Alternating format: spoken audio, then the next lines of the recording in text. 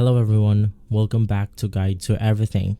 In today's video, I'm going to show you on how you can connect Fiverr to MetaTrader 5. So basically, first things first, we want to get the official application from the website right here or from Google Play Store or the App Store. From there, we then want to navigate through the MetaTrader 5 application, click on the file button at the top left corner of your screen, and from here, click on Open an Account. We then want to search for our company. In our case, it's going to be Fiverr. And then you will be able to see the option right here.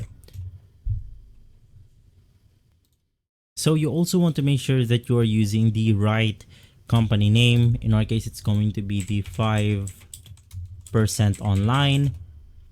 And then you will see that right here. Just click on the next button.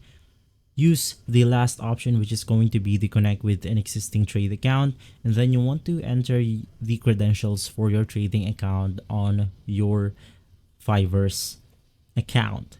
So from there, click on finish and you should be good to go.